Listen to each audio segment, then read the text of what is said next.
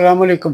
Doctor इनाम आपके पास दोबारा आ रहा हूँ। आजकल सर्दी काफ़ी मैक्सिमम पड़ रही है। आज शायद जब आपको मिलेगा तो देर से मिलेगा, लेकिन आजकल ये जनवरी का लास्ट वो चल रहा है, इसमें रिकॉर्ड कर रहा हूँ। तो सर्दी के हिसाब से ना एक दो प्रॉब्लम देखने में आते हैं कॉमनली, तो मैं उसको अलग-अलग करके करता हूँ। एक तो चिल ब्लेन्स हैं।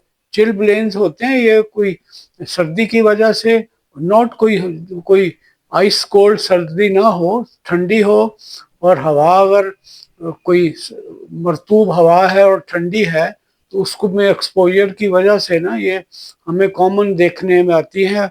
कभी हफ्ते में एक दो तीन लोग आ जाते हैं, कभी कोई अजीज रिश्तेदार भी कहते हैं कि डॉक्टर समझ के कि ये है। तो ये जो है ना, इसके अंदर रेड इच्ची स्वेलिंग हो जाती है, और उस वो स्टिंगिंग भी करती है, जैसे कोई सुइयां नीडलिंग चुभ रही है जब आपके हाथ पाँव जो कोल्ड और जो गीली जैसे मरतूब हवा से एक्सपोजर में आते हैं, तो उसके साथ ये काफ़ी ट्रबल सम होती है। तो मैं उसके लिए आप समझ लें कि ये नॉर्मली एक्सपोज एरियाज हमारे हाथ हैं, हमारे टोज हैं यानी पाँव की उंगलियां हैं, नाक है, कान है, उसके अंदर ये नज़र आता है। और इसके लिए सिम्टम यूजली उसके मैंने पहले बताया था कि उसके अंदर ये इची फीलिंग होती है, टिंगलिंग होती है, जैसे अनकंफर्टेबल फीलिंग है, स्टिंगिंग सेंसेशन है। और उस ये जब आपका एक्सपोजर की वजह से ना ब्लड भी उधर कम हो जाता है, तो उसकी उसकी वजह से ये आपके लिए होता है हम लोगों में ना। और हमें भी कभी कभी एक्सपोजर होता है। तो ये बड़ा इसका नॉर्मली आप ये लोग कहते हैं कि हम कोशिश करते हैं कि जैसे कोई ऐसी चीज़ हो रैपिडली वार्म करते हैं।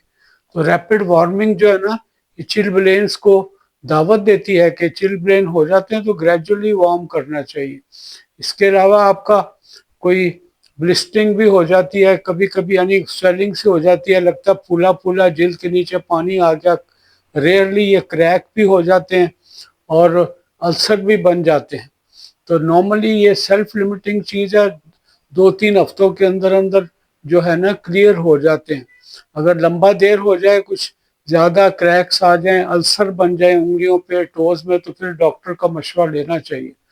कॉजेज में मैंने बताया था कि जैसे कि ये रैपिड वार्मिंग, ठंडा हुआ तो आपने रैपिडली उसको वार्म किया, हीटर के सामने पाँव रख लिए, हाथ रखे, तो उससे ये एग्रीवेट हो जाता है, ये निकलता है ऐसे है, कुछ देर में क्लियर हो जाता है। तो अगर आपने वार्म भी करना है तो आपने इसको स्लोली वार्म करना है। और ये आपने सर्कुलेशन का इशू होता है, तो ये आपके एक्सपोज पार्ट्स ज़्यादातर इसके ऊपर आते हैं। तो नॉर्मली आप करें, प्रिवेंशन के लिए आ जाते हैं, तो प्रिवेंशन में आपने अपने आप को गर्म रखना है, सॉक्स इस्तेमाल करें, ग्लव्स इस्तेमाल करें, और मफलर वफलर हमारी बड़ी अच्छी चीज़ें हैं जिसको अवॉइड करने के लिए, ताकि चेहरे पे भी ना हो।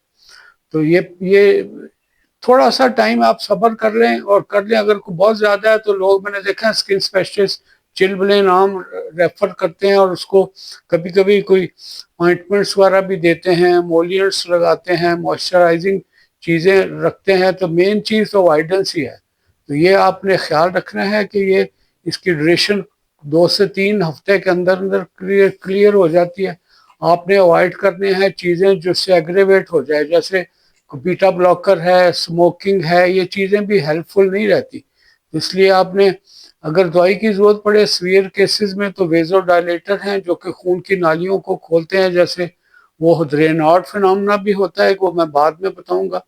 उससे आपकी वेज़ोडाइलेटर्स हैं, ट्राइकार्डिन है, और ये आपके प्लेटैल वगैरह भी इस्तेमाल होते हैं। बीटा ब्लॉकर अवॉइड करने चाहिए दोनों कंडीशनों में।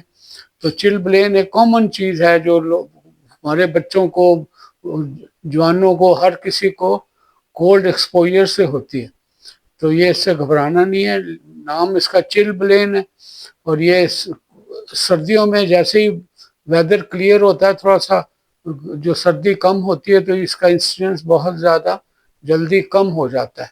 स्क्रैच नहीं करना चाहिए कि आपको खारिश हो रही है तो स्क्रैच करें। स्क्रैच करने से फिर इन्फेक्शन इन चीज़ों में हो जाती है। फिर इन्फेक्शन का फिर पता, एंटीबायोटिक कोई ऐसी जो एंटीबायोटिक की जैसे हमारी हम लोग इस्तेमाल करते हैं, हीलेट वगैरह या फ्यूसिडिन वगैरह लेते हैं, اس کا ضرورت پڑتی ہے.